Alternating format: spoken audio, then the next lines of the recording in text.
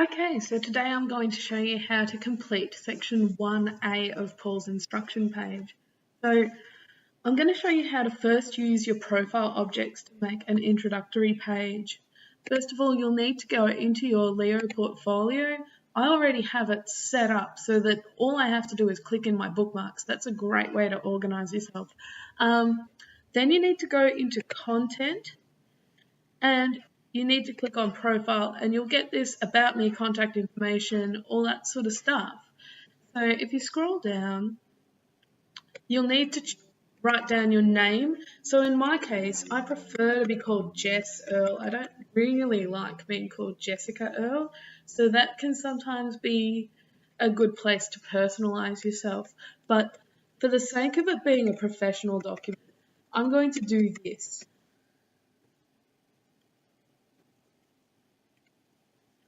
Then you're going to write a very short introduction about yourself.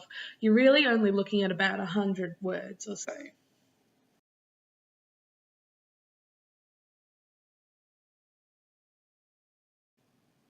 So here I've written my introduction and it's not looking very pretty.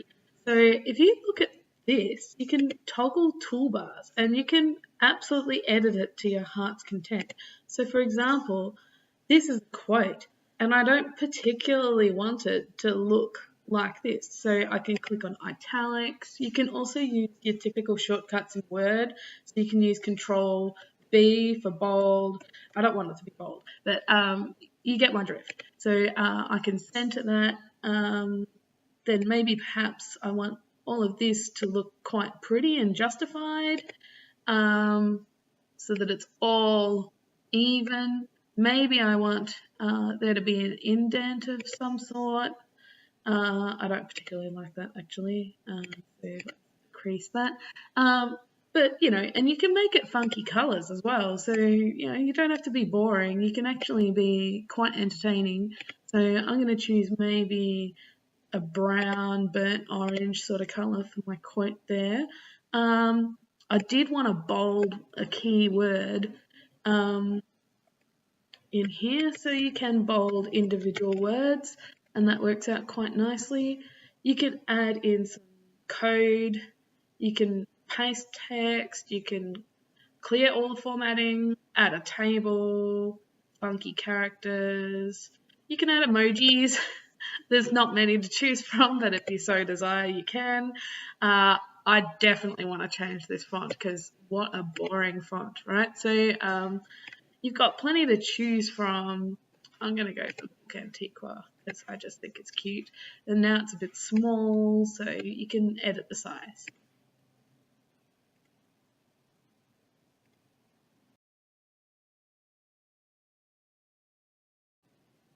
Okay, so I've made my little introductory page and I've put in a picture of me just because I wanted to make it interesting. I've basically tried everything. I've even added some highlighting on my text just to make it stand out a little bit. It's important that you stand out because you don't want to look like the person that doesn't stand out. You can do this and have little headings. So I think they drop down. They're a bit similar to Word. So if you've imported a document directly from Word, you can literally just copy and paste that thing in. All right, cool. So once you've done that, you can see it all in there. You want to definitely click Save because saving as you go is really important. Go into contact information and you'll need to add a few things. I suggest, yes, have your ACU address, but also have a separate teacher address. You just never know what might happen. Also, add in your personal website if you've got one. You don't have to have one. And same with blog. I mean, I'm going to probably add in something from Google into blog there. You'll want to add your address and some of it will just automatically come up. So just be careful with all of that. You've now got all my details. How much fun.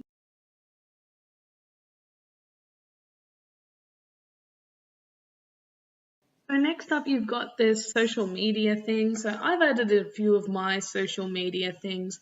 I've avoided putting up Facebook, but you can. So you just click on new and you select your different things. So if you've got an Instagram, and then you just put your URL or username in there, and then scroll down and click save, and it will all appear up here.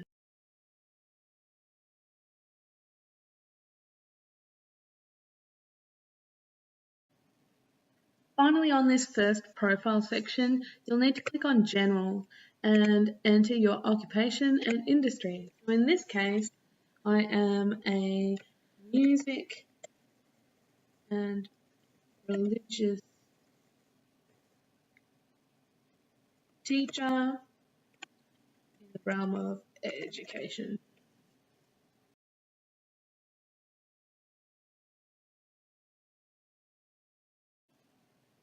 So if I go to my check sheet now, which I've made for you, you can just tick these boxes. I would suggest printing them out. You get your first sticker in this box if you want to add room for a sticker.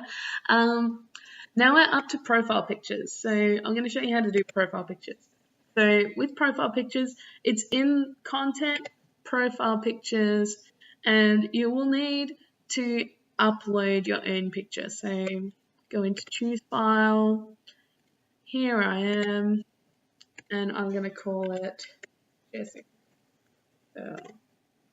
profile picture. It's just nice to have a title. Why not? And I've just picked a simple headshot. I mean, if you really got qualms about putting yourself up there, you need to get real, because realistically, this is not, going to be realistic if you've got your picture posted all online already. So I would suggest doing something of yourself. If you are not doing things of yourself and you haven't got a social media account with yourself posted all over it because of that reason, then it's perfectly acceptable to just pick something that's about yourself. So in my case, I really like Gregorian chant, so I might put a picture of some Gregorian chant right there. So done and dusted.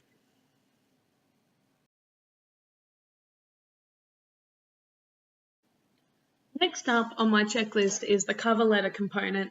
So obviously you're going to have to write some sort of introduction to yourself as a cover letter, but if you need a bit of a guide, which I need a bit of a guide, I suggest Googling how to write a cover letter. This site is fantastic. It does give you lots of really good tips, and it's gotten me interviews in the past, so I do rely on this one fairly well.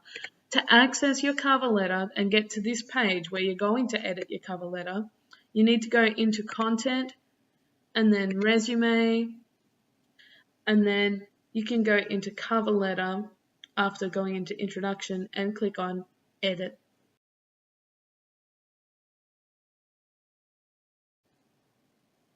Okay, so I do suggest that you have already typed your cover letter into Word and then you just copy and paste it into your cover letter section. So I've pasted that in. When I clicked edit, it came up with a similar paragraph box. So I would suggest, if you can, also try and think of an image. I haven't thought of that yet, so I'm working on that. And you can format it and make it look pretty, so enjoy that. Then you want to add your date of birth, which, well, is not so user-friendly, but if you go back to the ancient era in which you're born, you can actually select which day, and if you want to go super accurate, you can add the time and the minute. Then there's the place of my birth, citizenship, status. I don't know why they need to know your marital status, but if anyone's looking, all right. So once you've done that, you can then go into education and employment, and you can add your education history. I don't know whether this will order it in the right order, but let's see. All right.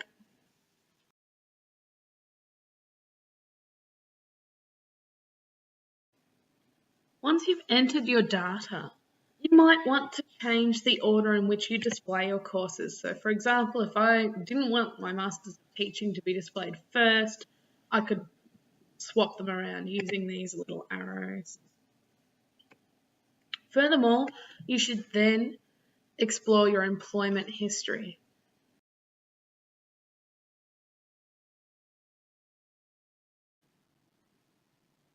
So far, you should have completed introduction, education and employment, achievements, and hopefully you're now up to goals and skills.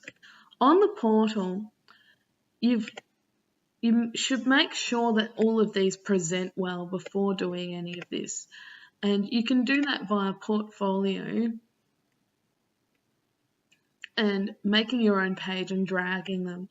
If you're not happy with how it looks, then you can sort of rejig it. Anyway, content, you're up to resume, and you're up to, you should have just done achievements. And look, I haven't achieved very much. I haven't got awards or anything like that, so I've just put the bare minimum. Try to have something. I'm working on getting a professional membership. I'm imagining that's towards a club or society of some sort. So, for example, Music Teachers Association might be a good one for me to put in. From there, you need to look at your goals and skills, and you'll have to do a significant amount of writing for these ones.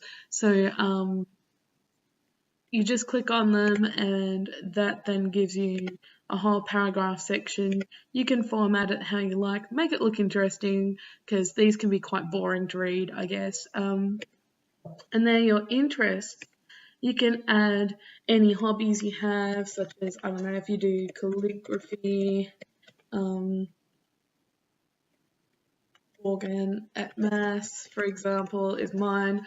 You come up with whatever you've got. And then from there, you need to then go into license and click all rights reserved. Because it's your assignment. You don't want anyone to copy your assignment. If you are like seriously advanced in copyright law, then you can go for this sort of thing as well. But yeah, all you need to say is all rights reserved, and that then stops other people from being allowed to rip off your work.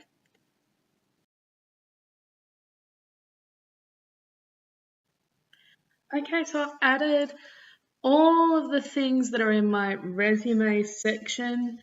I haven't added much in achievements, but I did personalize my interests a fair bit, so hopefully that makes up for that.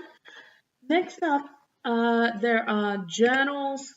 You don't really have to have anything in there yet, but if you wanted to add something, you totally could. Just make sure that you've gotten rid of anything from past subjects that you don't want people to see in this subject. All right. Next up, notes and files are just something that I'm just going to explain here. These notes, you'll get all these notes to appear when you have imported the document for your portfolio, where it says import here. That will all display in notes, and then furthermore, any file that you upload will also appear down here. So it will, in this case, I've uploaded a couple of images because I uploaded a profile picture before. That's now appearing in my files, and as you import that document, that will appear.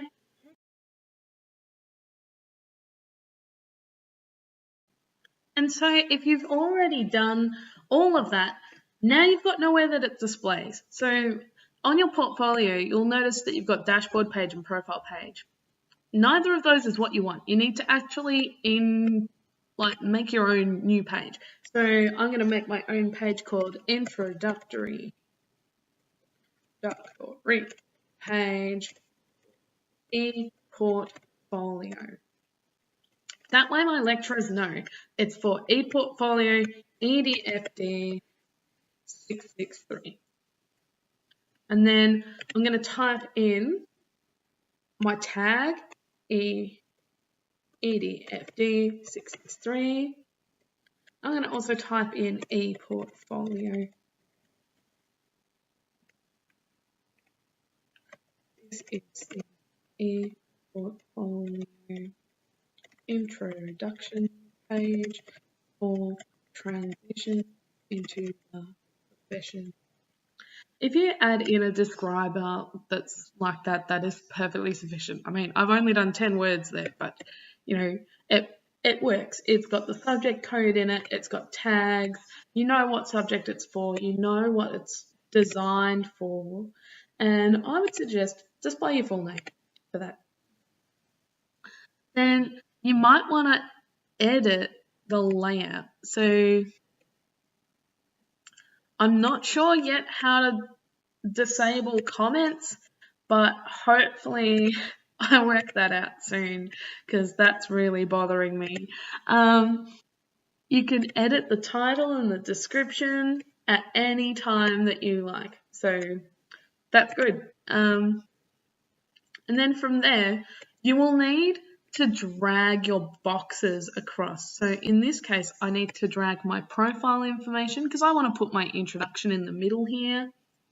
And sometimes this doesn't appear straight away. So just be really wary of that. It might not appear straight away. And I think that that's okay. But yeah, I also advise trying to keep everything to the top so that there's not too much scrolling that anyone has to do. So displaying your email address, for example, is going to display down the bottom. So you want to make sure that it displays what you want towards the top. So, okay, I've got my about me. Maybe I actually want to include my profile picture because that might look, I don't know, a little bit more professional. So, profile picture. Here we are. Got it. Yay! And then that way they see a little bit of that's about me, you know, all that sort of thing. In here, I'm also going to drag my profile information. And I'm going to ask for all my addresses to be in there. So maybe my first name and my last name.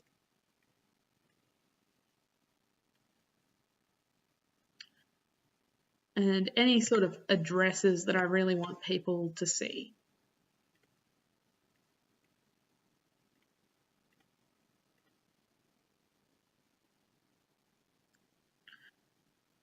And then furthermore, I might feel like, hang on a second, I haven't got my display name here. So why don't I adjust that so it also shows my display name? Because I don't want a whole bunch of lecturers calling me Jessica because they'll feel like I'm in trouble all the time.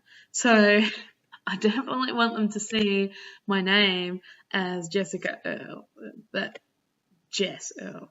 So hang on a second, I've added that to the wrong box. You can always go back and remove it. So if you're not happy, do remove that sort of thing because you don't want it to display wrong, if that makes sense. So it's gone. And maybe I'll move over to here and add my display name as well so that they can see that my name is Jess Earle and I can be called that, which would be good. From there, they also want to have, okay, so your name, your introduction, your contact information. You've also got to include your resume. So you might do your entire resume or one resume field. If you click one resume field, then you can always add more. That's what I figured. So, for example, it might be really a good idea to have your cover letter, education history, and employment history on one side or something like that. So you can select how many fields you want, etc. In this case, I actually want significantly more to display there, but I might put my cover letter in there.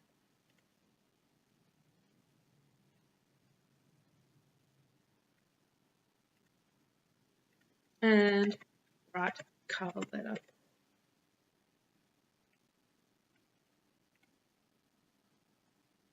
And I also want to make it retractable because that's quite a long piece of text.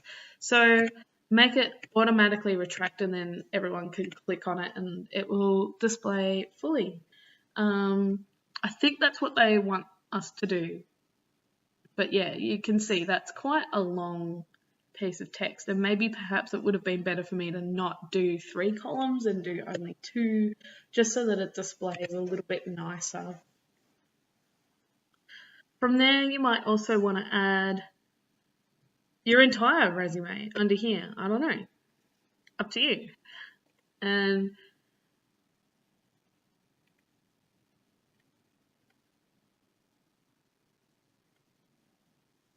if you feel like that's going to save you a whole stack of time, I mean, yeah, okay, it works, but it's a pretty horrible way to actually access it. So yeah, up to you. I still don't know how to disable comments. I will have to ask someone.